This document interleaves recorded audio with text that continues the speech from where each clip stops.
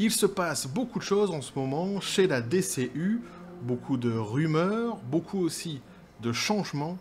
On voit ça ensemble.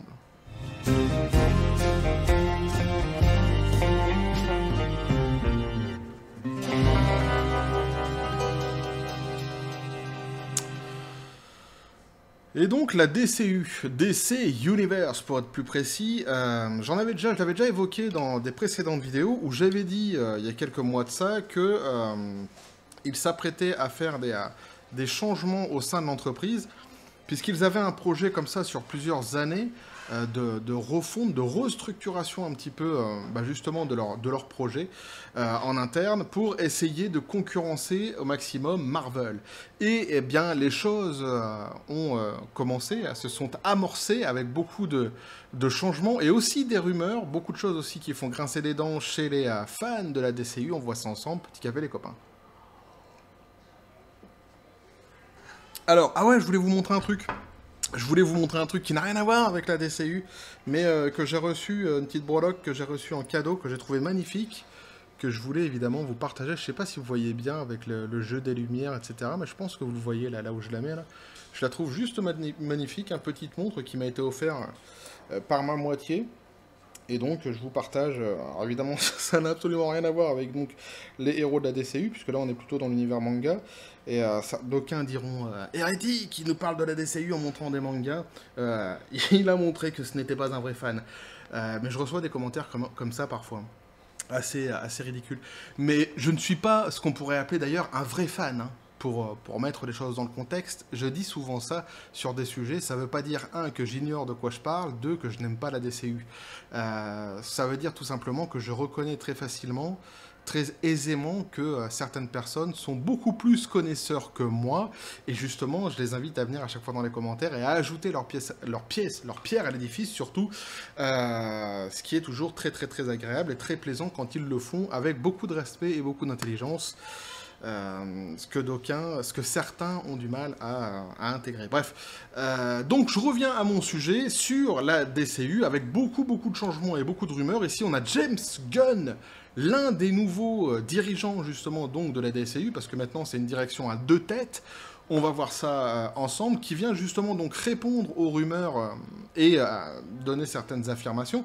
Alors c'est un gros bordel, c'est hyper compliqué de vraiment réussir à s'en sortir pour bien comprendre tout ce qui se passe actuellement, tellement il y a de choses qui sortent quasiment tous les jours. Tous les jours, je voyais des articles qui sortaient, la DCU a fait ceci, rumeurs sur la DCU et re-rumeurs sur la DCU, qu'on finit par pas vraiment comprendre ce qui se passe. Il y a des fans qui sont en colère contre la direction, on va essayer de comprendre pourquoi. Moi, j'ai trouvé cet article bien parce qu'il donne des réponses, étant donné que c'est la direction qui parle.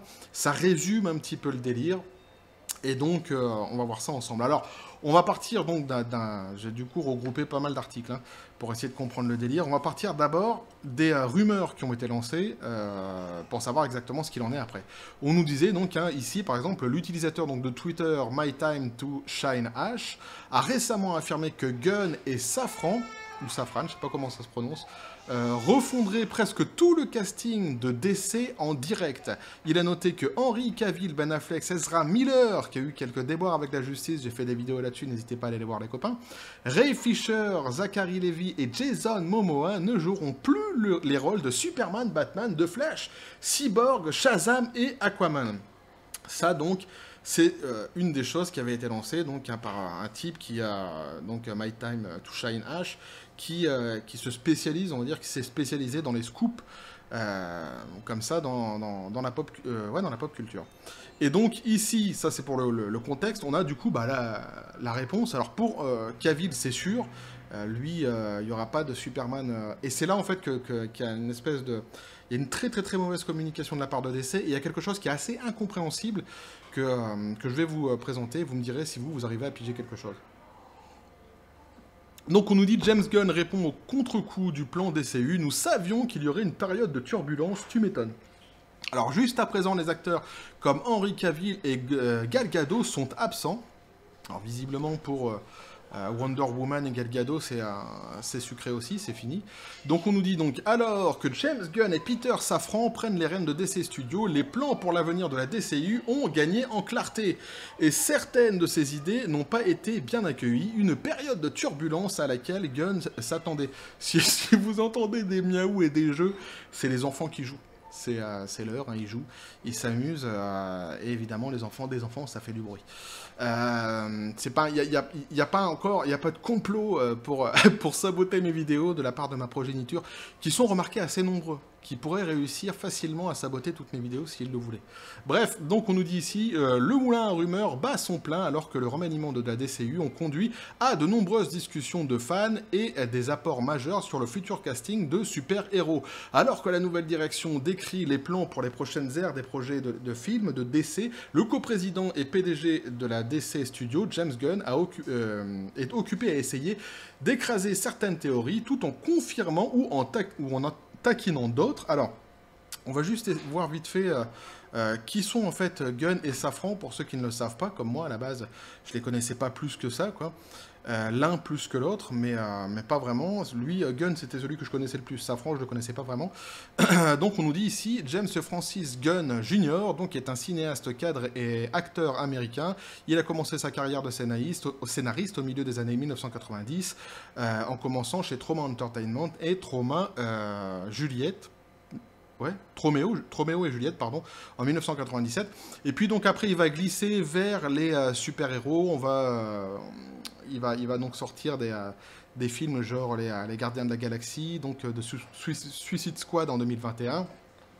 Et donc c'est pour ça qu'il avait déjà un pied quelque part, j'ai envie de dire, dans le système. Ça c'est pour James Gunn.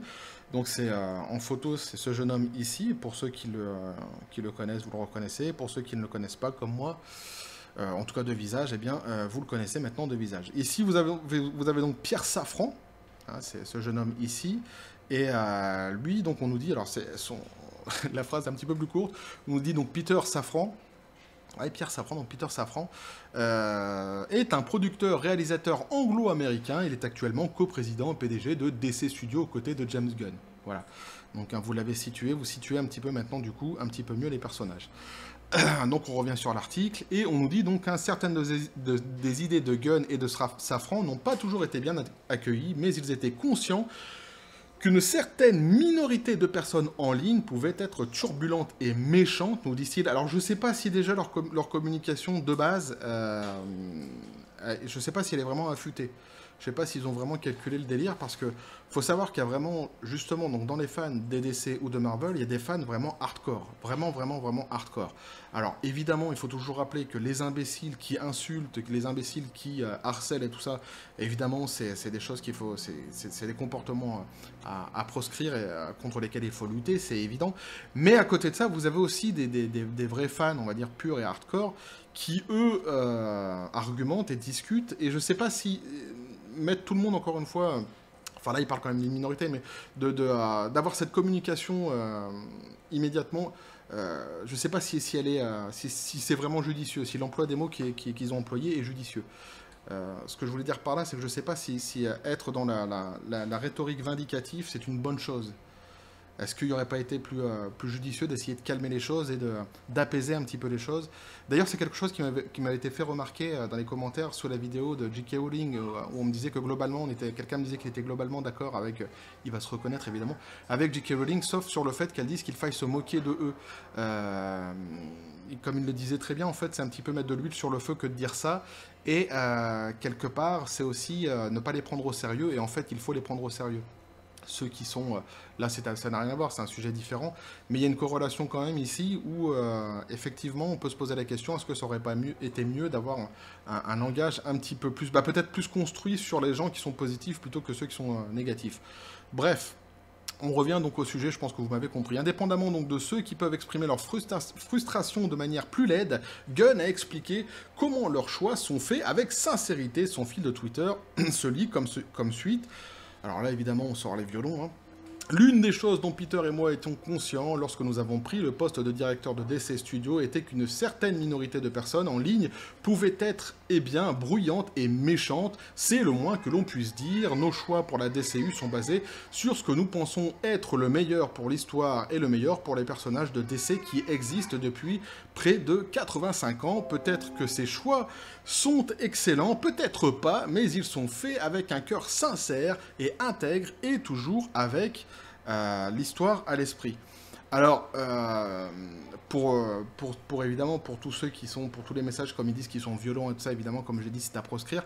Après, il y a vraiment des discussions sur la refonte globale de ce qu'ils sont en train de faire chez la DC, et surtout, en fait, sur l'éviction de certains acteurs, et notamment sur l'éviction de Cavill, qui a fait, évidemment, grand bruit, qui n'a vraiment pas plu aux fans, en règle générale, qui l'appréciaient beaucoup dans le rôle de Superman. Alors nous savions qu'il y aurait une période de turbulence lorsque nous avons pris ce projet, et nous savions que nous devions parfois faire des choix difficiles et pas si évidents. Ah oui, puisque si c'est difficile, c'est pas si évident, évidemment. En particulier donc à la suite de la nature agitée de ce qui s'est passé donc précédemment. Mais cela signifie peu pour nous par rapport à nos emplois d'artistes et de gardiens pour aider à créer un avenir vaste et merveilleux pour DC. C'est pour ça que je dis, je trouve que la communication, elle est pas vraiment, je la trouve pas excellente, pour le coup. Alors après, ils viennent d'arriver, on va attendre un petit peu, mais je pense qu'il aurait été plus judicieux pour eux de se concentrer sur les critiques positives, ou constructives plutôt, sans qu'elles soient forcément positives, mais constructives, et y répondre, comme il le dit, donc avec sincérité, plutôt que de commencer en disant, il y a beaucoup de méchants qui nous font du mal, enfin, il y a une minorité de méchants qui nous font très mal, et nous on est des sincères, des gardiens et des gentils. Je suis pas sûr que cette communication-là soit vraiment judicieuse et qu'elle soit très faite pour apaiser les esprits, en tous les cas, pour ceux qui sont les plus virulents.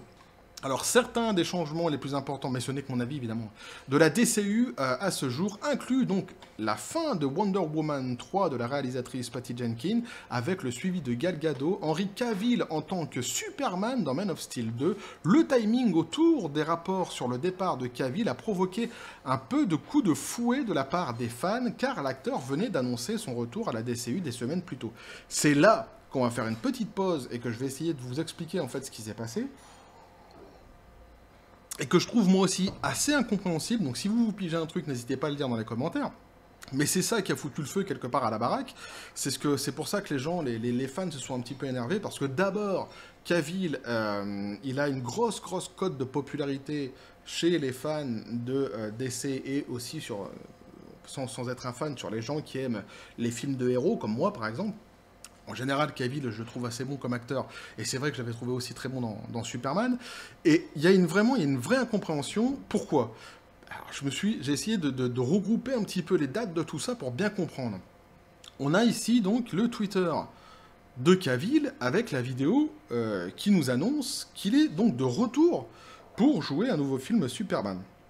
Et ça, c'était le 24 octobre 2022. Donc c'était hier quelque part. Et je me suis posé la question donc, puisqu'on dit que la nouvelle direction est arrivée en octobre, quand sont-ils arrivés? Exactement.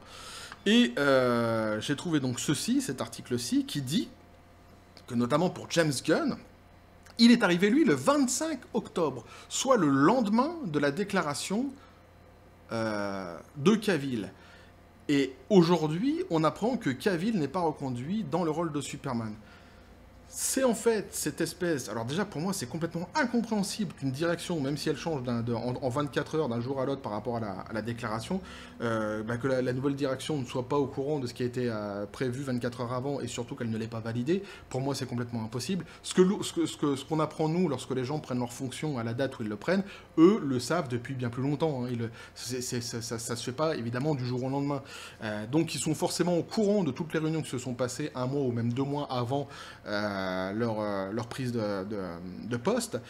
Donc il y a une grande... Je ne comprends pas comment ça a pu se passer comme ça, comment il peut y avoir la déclaration de Cavill le 24 octobre et l'arrivée le 25 donc, de James Gunn pour au final eh bien, une éviction de Cavill en tant que Superman. C'est à partir de ce moment-là, c'est ça en fait qui a créé vraiment la polémique, c'est ça qui a agacé certaines personnes. Alors en plus, Cavill, il est parti, alors là ça n'a rien à voir, mais il a aussi arrêté son rôle chez comment c'est, The Witcher.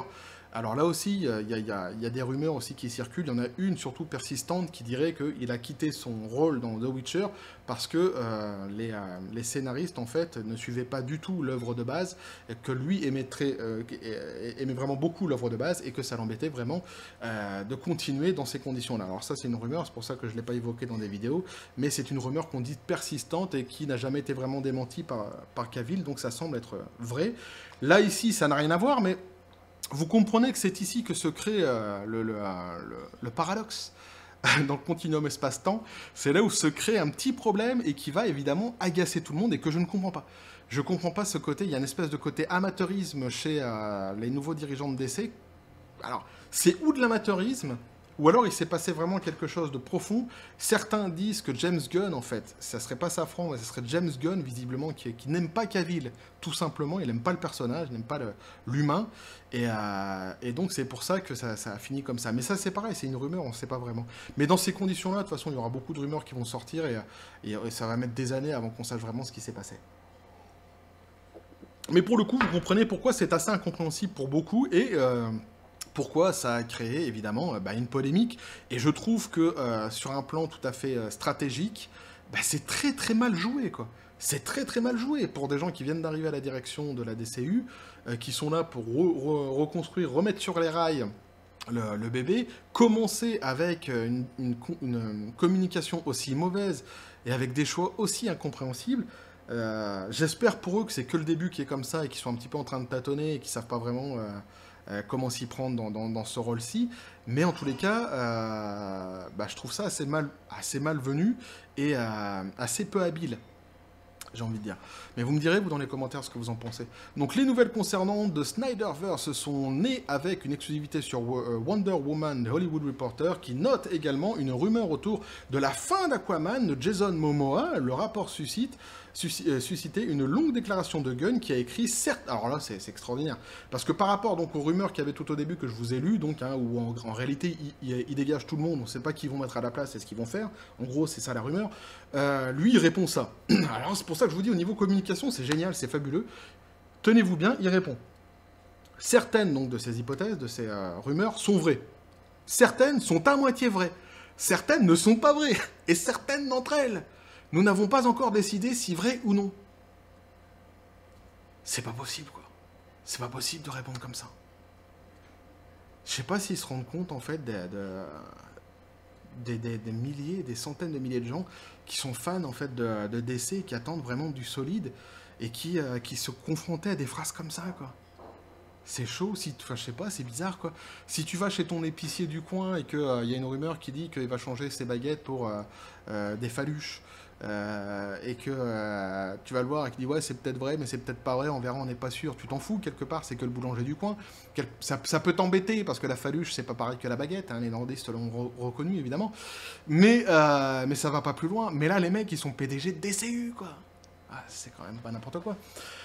Alors, indépendamment de ce qui est vrai ou non dans le chuchotement autour de la DCU, Gunn était prêt à clarifier certains détails après le fil de Twitter d'aujourd'hui lorsqu'un utilisateur a posé des questions sur le plan de la refonte de tous les principaux de DCU. Gunn l'a qualifié de théorie fausse et a déclaré qu'il ne refondrait pas tout le monde, quoi, sauf Suicide Squad.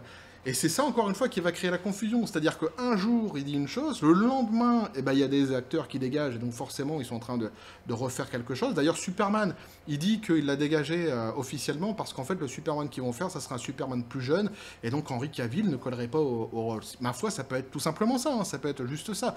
Mais on comprend que là, quand il dit, c'est complètement faux, en fait, le fait qu'on nous dise qu'on va tout refaire, et qu'à côté, il dit, bon, il va quand même refaire Suicide Squad, mais qu'à côté, t'as quand même Gal Gadot qui dégage et Henry Cavill qui dégage. La communication, on a en droit de se poser des questions, et les gens commencent à se demander s'il faut vraiment croire ce que Gunn raconte, quoi, tout simplement. Les fans de la DCU devrait s'attendre à plus d'annonces majeures alors que nous tournons vers un univers sous une nouvelle direction. Gunn et Safran ont été nommés co-PDG de DC Studios en octobre, peu de temps après le départ du producteur de longue date Walter Hamada. Alors Walter Hamada, lui, j'ai pas la photo, mais par contre vous pourrez la retrouver facilement sur Google. Lui, il était en fait en janvier 2018, donc il est nommé président Warner Bros Pictures pour les productions cinématographiques basées donc de DC Films, avant de quitter la société, donc en octobre 2022. Ça vous place un petit peu la durée de contrat du monsieur et ce qu'il a pu faire ces derniers temps.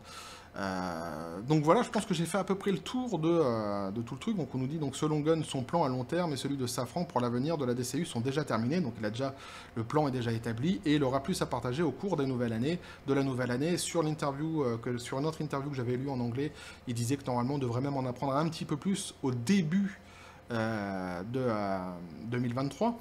Donc je pense que j'ai fait le tour un petit peu des articles que je voulais vous montrer ici. Donc voilà en gros où on en est les copains avec la DCU. C'est un gros bordel. C'est très compliqué. Il faut comprendre que c'est très compliqué. Il y a une chose ce qu'on peut dire, ce qui est factuel, ce qui est certain, c'est qu'ils sont en train de reconstruire la DCU, que c'était un plan qui était déjà prévu avant même l'éviction d'Hamada, puisque j'avais déjà évoqué, moi, il y a plusieurs mois de ça, où ils disaient déjà à l'époque qu'ils avaient un plan, une stratégie sur plusieurs années pour essayer de concurrencer, donc comme je l'ai dit au début de la vidéo, Marvel, avec une grosse restructuration des projets pour l'avenir. Donc il y a eu cette éviction après d'Hamada, l'arrivée de Gunn et de Safran qui corrobore ce que j'avais dit dans notre vidéo, et donc forcément, dès qu'ils sont arrivés, eux, ils ont tout de suite mis le pied à l'étrier, ils ont tout de suite embrayé pour un changement radical, quelque part. Alors, il y a des rumeurs, évidemment, qui sont sorties quasiment immédiatement à leur arrivée. Certaines se sont vérifiées, mais il y a surtout une communication qui est ça c'est pour le factuel, mais il y a surtout une communication qui est très étrange, qui me semble, un minimum, malhabile. Elle n'est pas habile du tout. Je ne sais pas s'ils ne devraient pas essayer de retravailler là-dessus, les copains. Mais en tous les cas, c'est pas clair. Et il y a un petit peu tout et son contraire. C'est-à-dire que il dit qu'il n'y aura pas de changement, mais en même temps, il y a du changement. Enfin, c'est vraiment confus. Et donc, ce qu'on sait aujourd'hui, c'est que, visiblement, à moins que ça change encore demain, mais Gal Gadot, c'est terminé pour Wonder Woman. Superman, c'est terminé. Là, on a appris que Black Adams... ouais, c'est comme ça que ça s'appelle, avec The Rock, le caillou, Dwayne Johnson, c'est terminé aussi. Lui, il a fait un petit communiqué comme ça sur Twitter où il disait qu'il réapparaîtrait dans des caméos comme ça, éventuels de la DCU. Mais bon, évidemment, il dit ça comme ça, mais il n'y a rien d'officiel. C'est sans doute ce qu'on lui a dit, mais en tous les cas, c'est terminé. Et pour la suite, on ne sait pas. On ne sait pas trop comment ça va se passer. On attend d'en savoir plus en début d'année pour voir exactement. Mais c'est en gros, j'ai essayé de vous faire un plan large sur ce qui se dit et sur ce qui se passe en ce moment. Évidemment, si vous avez plus d'informations, plus de choses à apporter, eh bien n'hésitez pas à le dire dans les commentaires justement, donc n'hésitez pas à commenter, à vous abonner si le contenu vous a plu, moi c'est tout ce que je pouvais vous dire là-dessus les copains, à activer la petite cloche pour les prochaines notifications, les prochaines vidéos qui vont arriver, à balancer un like, à partager la vidéo, vous avez mon Twitter et mon Facebook qui sont dans la description des vidéos, n'hésitez pas à venir et à basculer du côté de la force absurde des réseaux sociaux. Ah ouais, vous l'aurez reconnu la petite montre. C'est... attendez, d'abord je vous fais un félicité à la John Spartan, évidemment. Et donc je disais, vous l'aurez reconnu, la petite montre, c'est Elton John. Rien à voir. J'ai perdu son nom. Mais à chaque fois, moi j'ai un problème avec les noms et les prénoms et tout ça. C'est Shenron. Shenron Lee, bah oui, le dragon dans Dragon Ball, évidemment. On voit sa main, donc avec les boules de cristal, avec marqué ici, donc Tell me your wish. Fais-moi une quiche, en gros ça veut dire en anglais. Bref, que la force soit avec vous.